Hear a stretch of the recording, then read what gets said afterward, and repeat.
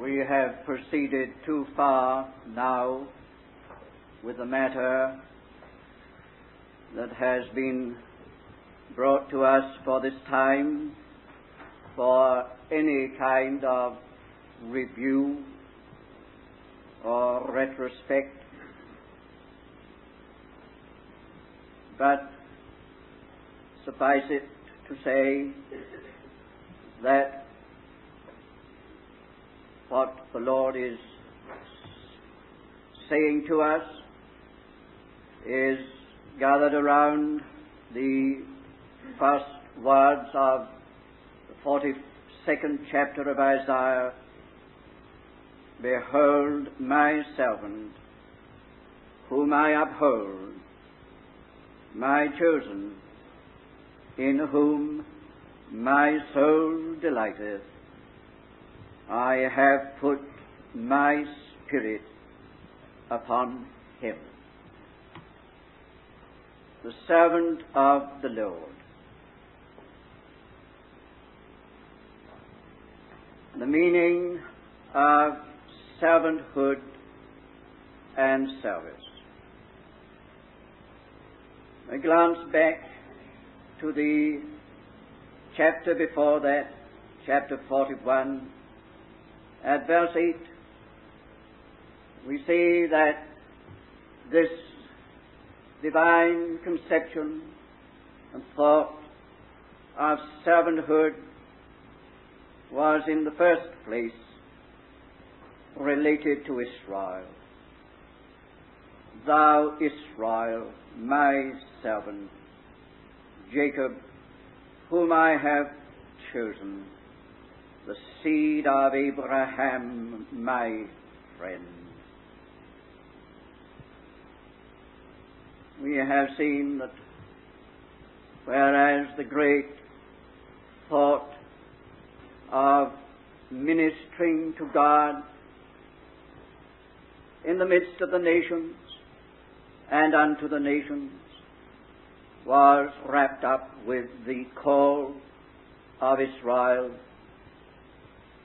these prophecies and others show how lamentably Israel failed and had to be put on one side as the servant of the Lord. And then in the prophecy, the Lord brought into full view the one who would not fail and who would fulfill all that thought of ministering to him. And here he is in these words of chapter 42. But then we have seen that the Lord has not departed from his first thought and intention to have all that meaning of servanthood as now gathered up and set forth in his Son, expressed in a people. We move on to the later prophecies, not only in this book, but in the other prophets, see that thought and purpose deposited in a remnant. The main nation failed. The Lord secured everything in his Son, and then found for himself his answer as in a nation within the nation. We have seen that that is exactly what we have in the New Testament. Church in general, not answering to the Lord's purpose and its calling to satisfy him, to minister to him and his pleasure, failing again. But the Lord, moving on and appealing to the church and in the church, for a church within the church. A company not nominal, but actual and true. That is very evident truth in the New Testament.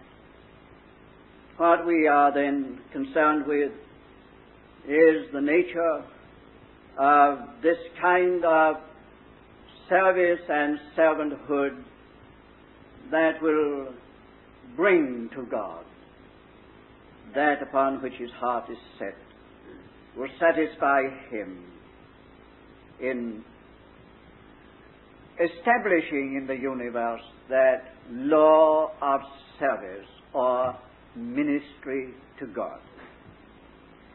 Now I want you to just look at one or two other fragments to bring us to the one particular matter that will occupy us in this connection this afternoon. It is in chapter 41 to begin with. Chapter 41, we've read the words about Israel in verse 8, Israel, my servant. Look at verse 15. Behold, I will make thee a new sharp threshing instrument having teeth. Thou shalt thresh the mountains and beat them small, shall make the hills as chaff. Thou shalt fan them, the wind shall carry them away, the whirlwind shall scatter them. Now would you just look at some words in chapter 21.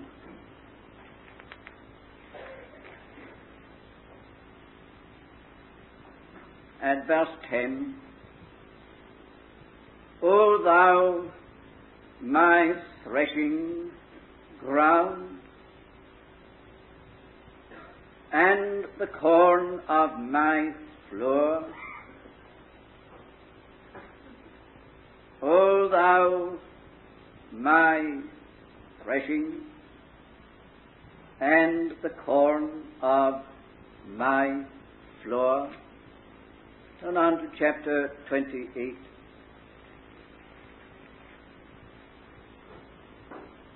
And verse 28. Bread corn is ground, for he will not ever be threshing it. Though the wheel of his cart and his horses scatter it, he doth not grind it. This also cometh from the Lord of hosts, which is wonderful in counsel and excellent in wisdom.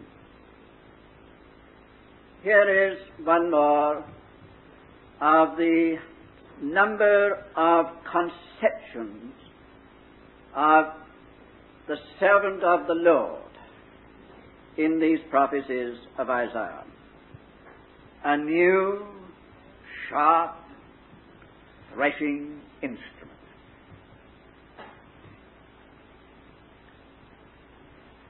How many-sided is this service? How its complexion changes. With this note, something strong, something almost terrible comes in to the service. The servanthood takes on something very severe. There are other aspects. There is the gentleness. There is the meekness. He shall not cry, nor lift up his voice, cause it to be heard in the street. Bruised, reed? Shall he not break dimly smoking flax? Shall he not quench? That sounds far removed from a sharp threshing instrument having teeth. But it's the work of the same servant. It's only another aspect of his business. There is the goodness and the severity of God. They are both of God.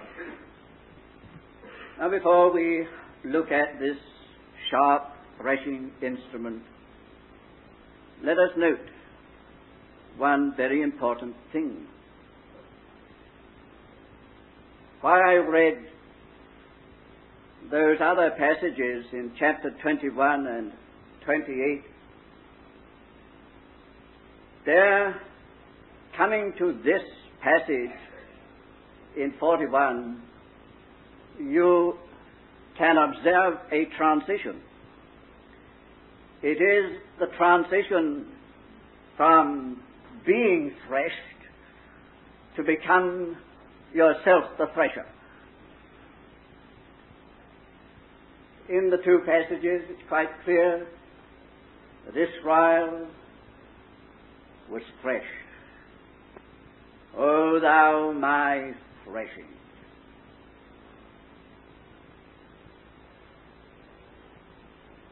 Seed corn is bruised. I will make thee a sharp threshing instrument. And the point is this, that before we can do any effective work for the Lord, that work must have been done in us.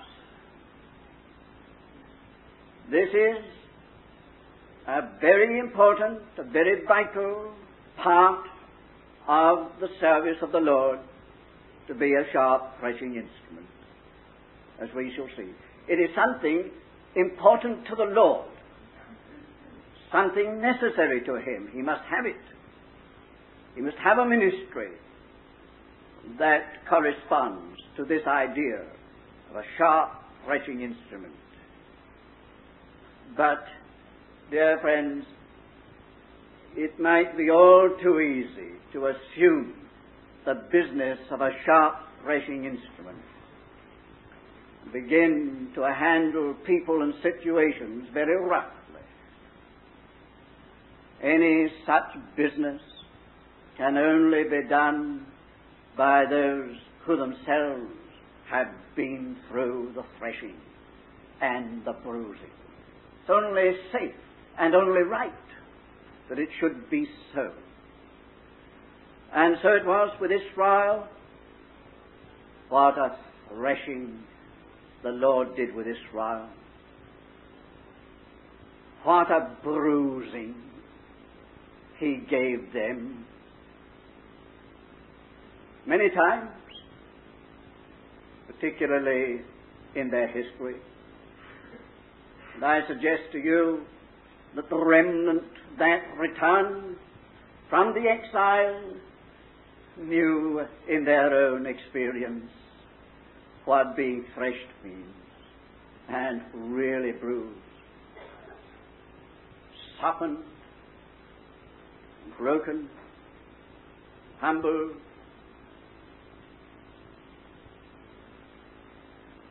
and then used in this tremendously effective way.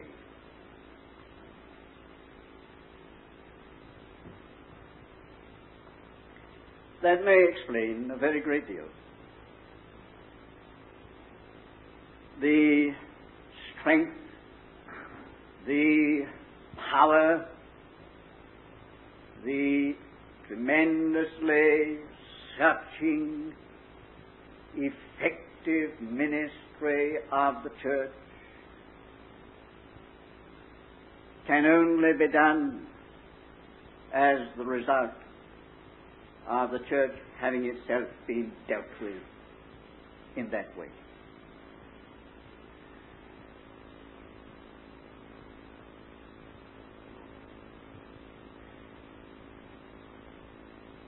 I have said that this is a ministry that the Lord needs, a service that He requires. And to have it, He must take those whom He will use through the experience that He is seeking in those to whom He uses them. It's a Lord service, however it may be. Individual servants of God, to be effective, I suggest the sharp threshing instrument having teeth is quite a positive thing. It is an effective thing, nothing negative about that. For any individual servant of God to really be like that, positive and telling and counting, effective, that servant will go through some seemingly rough handling by the Lord. It's a law of service. If it should be a company, we have sought to emphasize this repeatedly in these days. The Lord needs companies of people who stand in this servanthood ministry, here and there, standing as His servant, whom He upholds, upon whom He makes His Spirit to rest. And such companies, local assemblies, in order that they shall really be effective, will go through devastating experiences. Make no mistake about it. The sharp threshing instrument carries out a devastating work. The Lord is very practical. He is not theoretical. He makes things very real. So that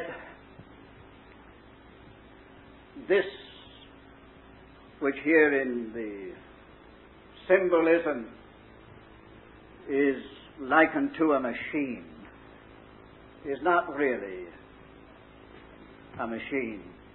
It's a people with a spiritual history. A sentient people, unlike a machine, sensitive, with feelings, with a heart, with a soul, with a human nature. And this people, this machine, if you like, here is a people or a machine with a spiritual history. It's been through it. These people, when they came really to fulfill this ministry, were in a position to say, well, I know what I'm talking about. I've been through it, and it's been through me. I'm not giving you just a subject and a theme and a theory and a teaching.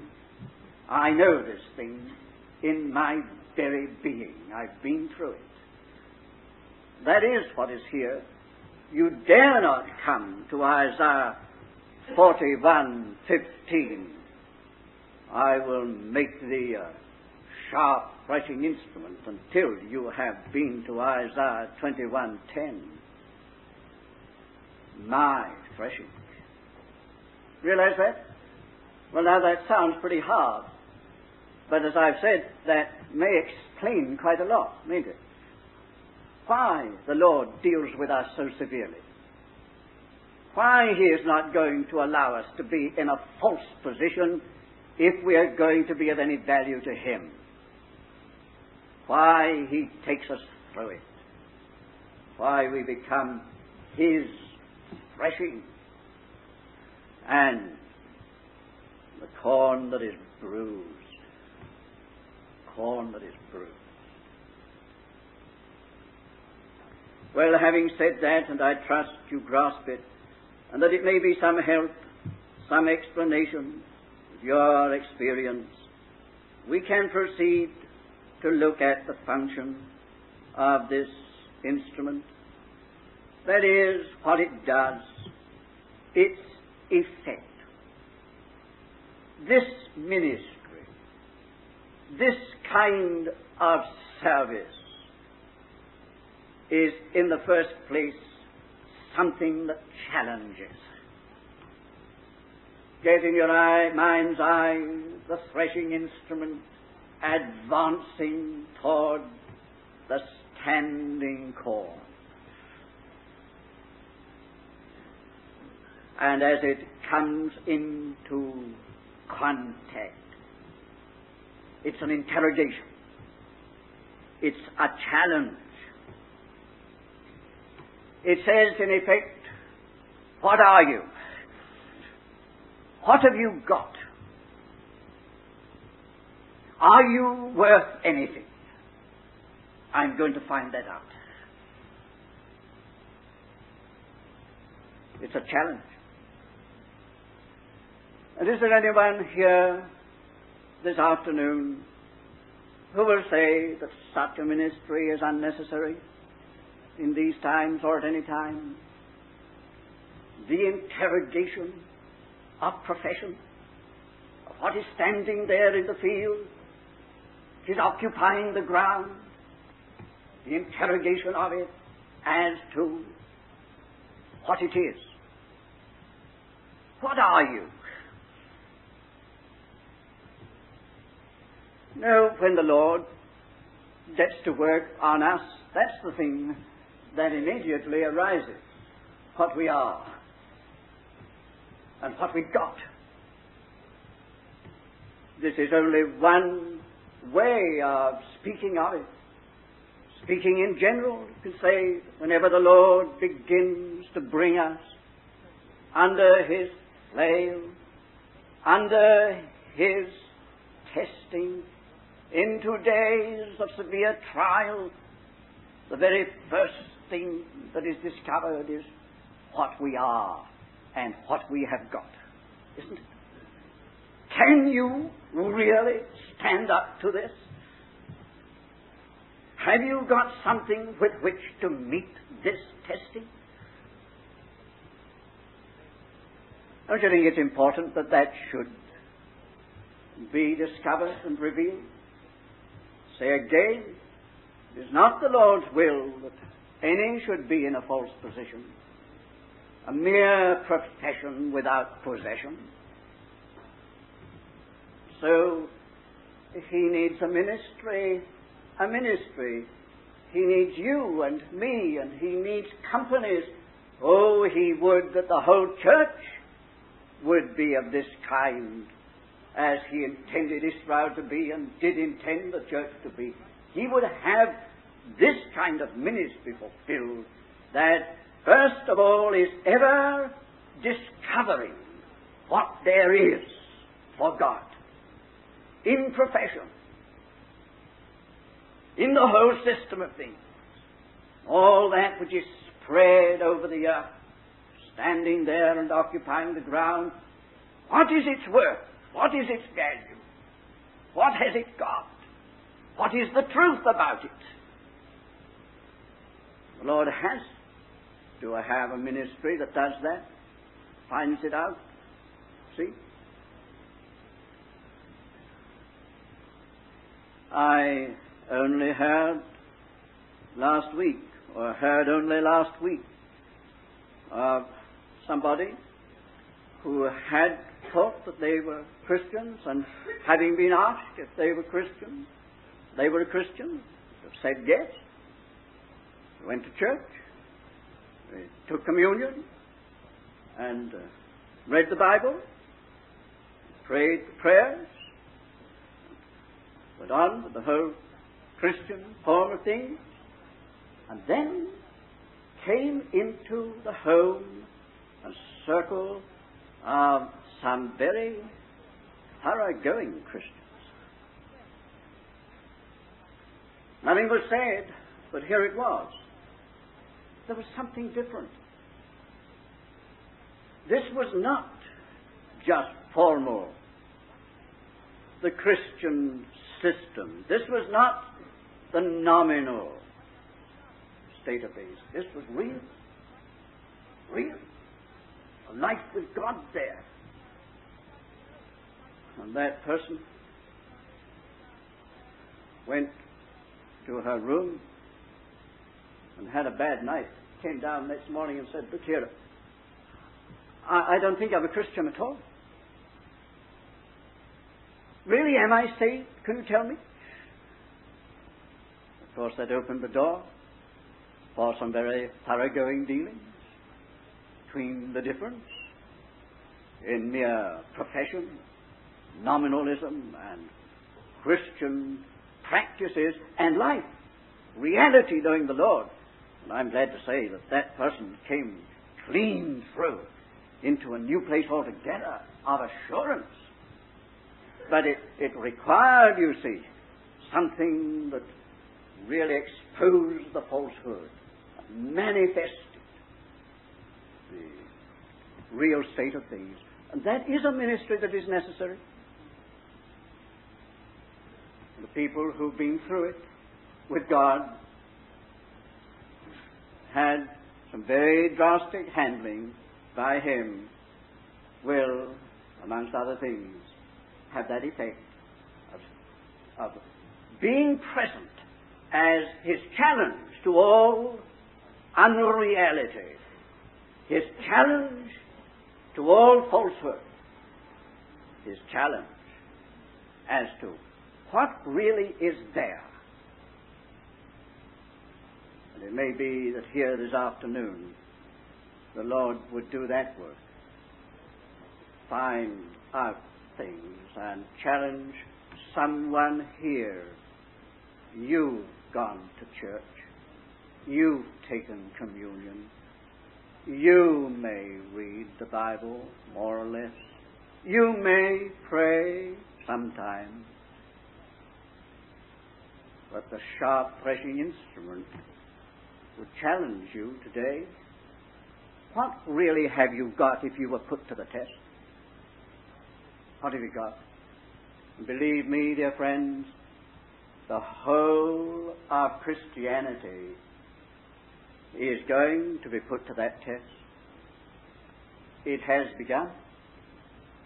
It has begun. Christians all over this world are being challenged by the situation. The threshing instrument is at work.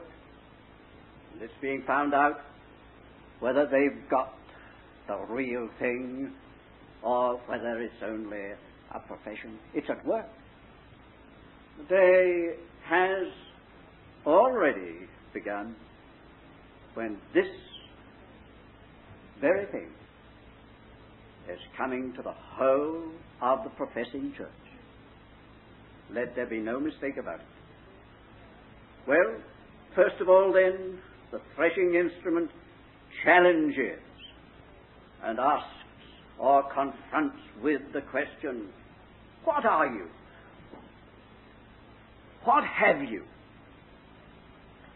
And then as it proceeds with its work, it separates. It separates. It discriminates.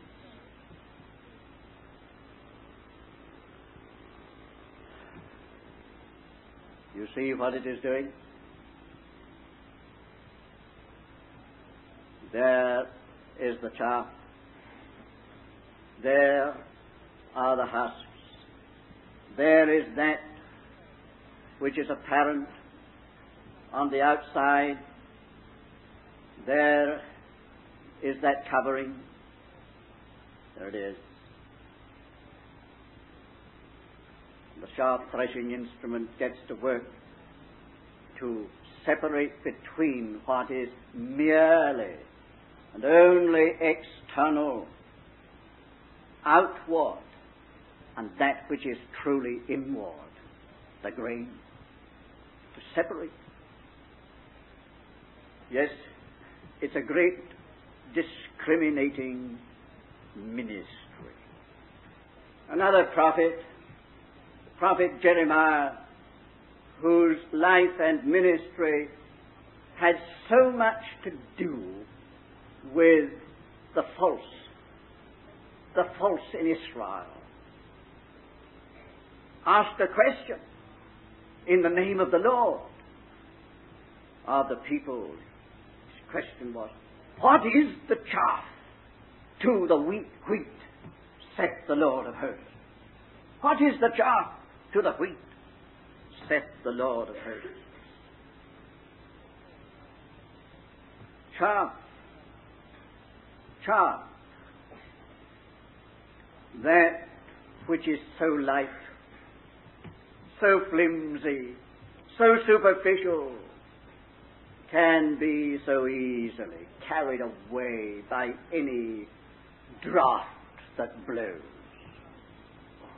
Goes with the wind.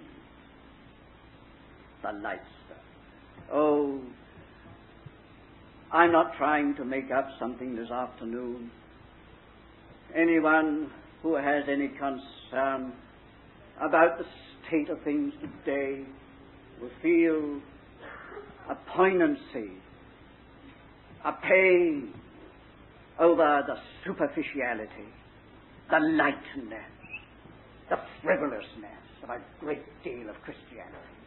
Indeed, it seems that some people have laid themselves out to make it so.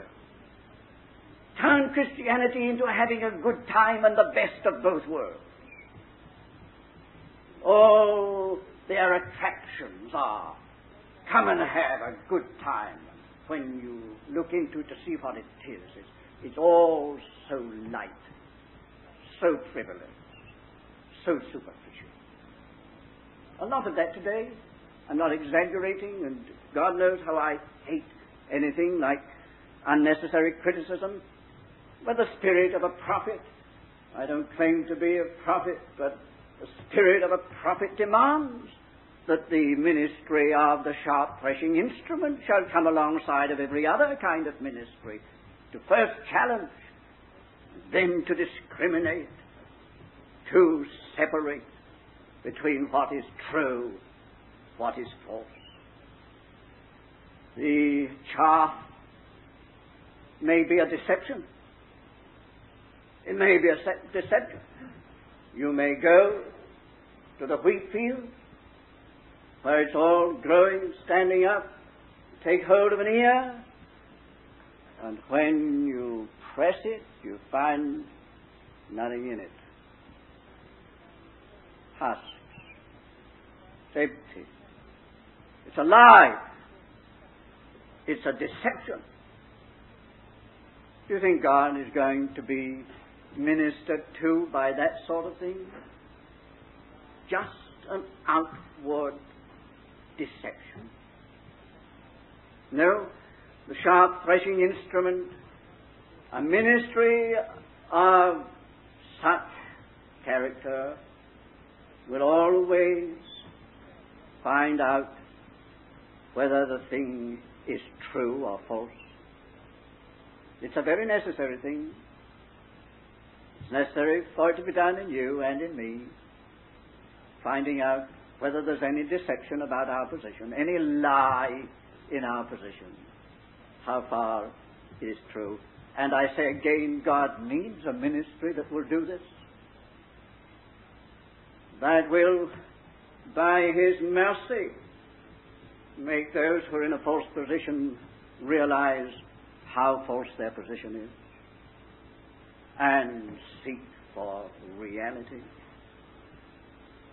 Chaff. Would you like to feed on chaff?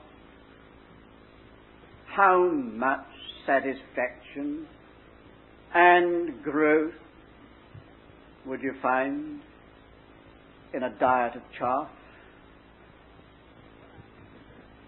And is it not true?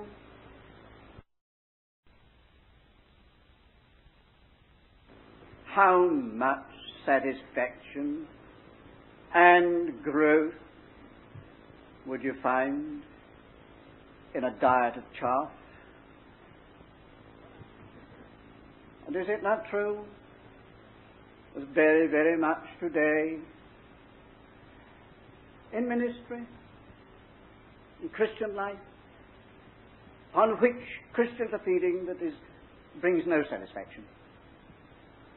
It's empty. It is not ministering to their spiritual building up and strength and constitution. It's not doing that. Far, far too many Christians who are in spiritual debility because of the lack of solid food, real food, bread, corn. How necessary it is. The Lord must have a ministry that finds out and discriminates between that which is only chaff and never, never does build up, and that which ministers to spiritual stature and full growth. If we take the great servant, the Lord Jesus, that one who did satisfy God, with all the other aspects of his ministry, how true these things were of him, how challenging he was to the situation in his day. Oh, it was not possible for him to be anywhere without the state of things being exposed. It was a vital part of his servanthood to challenge, and how thoroughly he did it. Yes, in that respect he was a sharp, threshing instrument having teeth. And how true again it was of him that he was all the time discriminating, setting things in their place. This is the truth and that's the falsehood. This morning we referred to the vine, Israel, as God's vine. We read from Isaiah chapter 5 how the vine had disappointed the husbandman. And then Jesus came in. We have to put a circle around one word. I am the true vine. The true vine. This is but a tradition. This is but a profession. This is an empty thing, a pretense. I am the true vine. I am the truth. His presence as well as his ministry had that effect of dividing between the false and the true. The next thing that the sharp threshing instrument does is that it settles destiny. It settles destiny. The chaff, well, you know what was said when the Lord Jesus first came into his ministry. He will truly purge his threshing floor. The wheat will he gather into his garner, the chaff will he burn with unquenchable fire. The garner and the fire, two destinies. And the threshing floor decides and determines that destiny, what the end is going to be. Its positive object, of course, is not to send to the flames. I think that some ministries, especially in past days, have thought that that was the supreme thing to do, to send men to hell, to hold flames before them. Well, it may be necessary to keep in view the one side of destiny, whatever it means, with unquenchable fire. That's a destiny, and the threshing instrument determines that on the one side. But the positive the positive intention and purpose of this instrument surely is to get wheat and to garner it, to preserve it, to secure it against loss. That's really what it is after. If this sharp threshing instrument had intelligence, it would not come with this attitude, I'm going to find out all the chaff, that's my business, and to be occupied with the chaff and talk about the chaff and condemn the chaff. That's easy. You don't want to be caught in that. The instrument would say, no, I'm here. Though I know there's much chaff, I'm here really to get wheat. That's what I'm after. I'm after the positive thing. Dear friends, let us always remember in our ministry that the Spirit of God is concerned with the positive side and not the negative. He has to take account of that and deal with it accordingly. But what he is really here for is to get the corn, the bread corn, the real thing. He's after that. Not to condemn the world, but that the world might be saved. So said the great servant of his coming. And then the sharp threshing instrument had as perhaps its last and final function, expression of its ministry, a providing for the continuation of the testimony. The last thought is not to put it away in the garner and shut the door and leave it there. And that's that. We've got it. We've got it. That's all that matters. No, it must be sown again. It must be the start of further harvest. That is what the Lord is really after.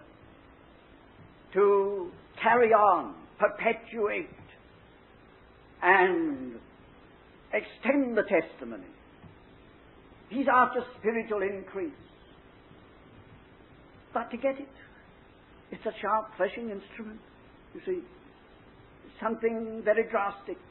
The continuation of the testimony of Jesus through the ages has ever been on this wise. It's never been an easy-going, superficial kind of thing. We know from the New Testament, we know from John the Apostle in Patmos that the continuity of the testimony was coming through very drastic handlings, the Lord with the church. Oh, listen to those words to the 7 churches again. What is it that the Lord is after? The preserving and the going on of the testimony of Jesus. That is the heart of it all. But in order that that might be this sharp threshing instrument of discrimination, of manifestation, of separation, must do its work in the churches, in the believers, in the whole church. And if the testimony is to be perpetuated, it will be like this. Well, let us take some heart from this. If it sounds a bit disconcerting, let's take some heart from this, dear friends. The thoroughgoing dealings of the Lord with us are to make things permanent and to give increase. They are not destructive and limiting in his intention. They are that he might have more and more. It's like that. But having said all that, we must take note of one thing here as we close. You see, Isaiah's context, these words about the sharp threshing instrument beating the mountains and the hills. And if you want to know what that means, I think you'll find it in verse 11. Behold, all they that are incensed against thee shall be ashamed and confounded. They that strive with thee shall be as nothing and shall perish. Because I will make thee a sharp threshing instrument having teeth, and you'll beat the mountains low. These mountains correspond to those adverse forces. Those forces that were against the Lord and against his purpose and his servants. In some way, some mysterious way, they were going to be broken, and they were going to be given like chaff to the wind through the ministry of this people. They were going to be proved incapable of standing before the Lord.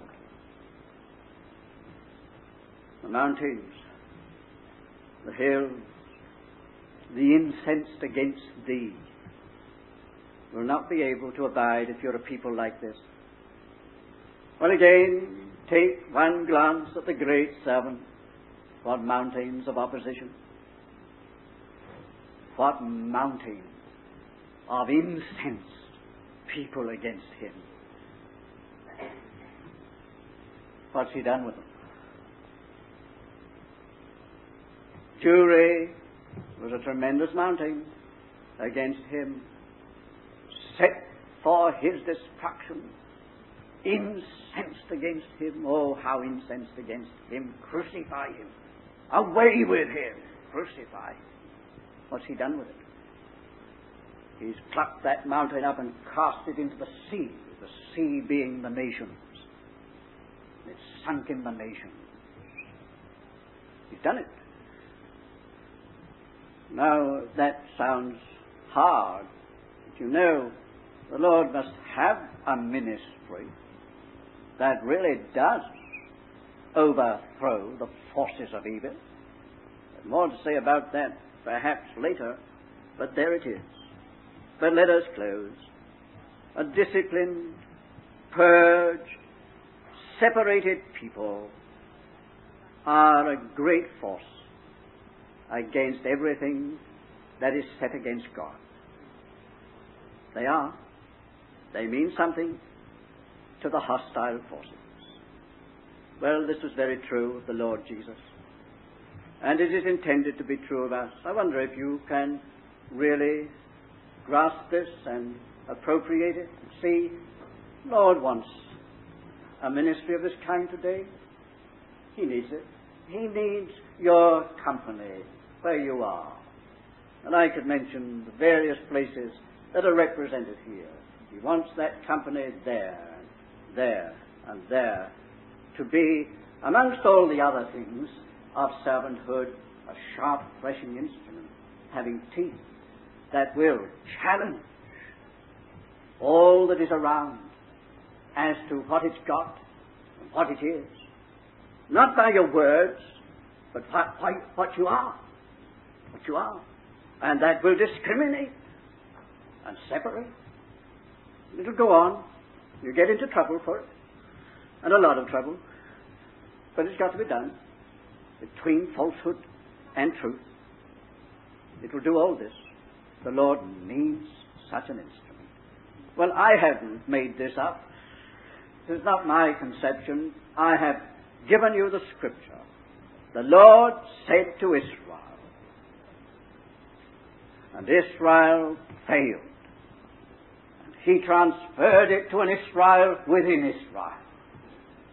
He said it concerning the church. The church is not doing it as a whole.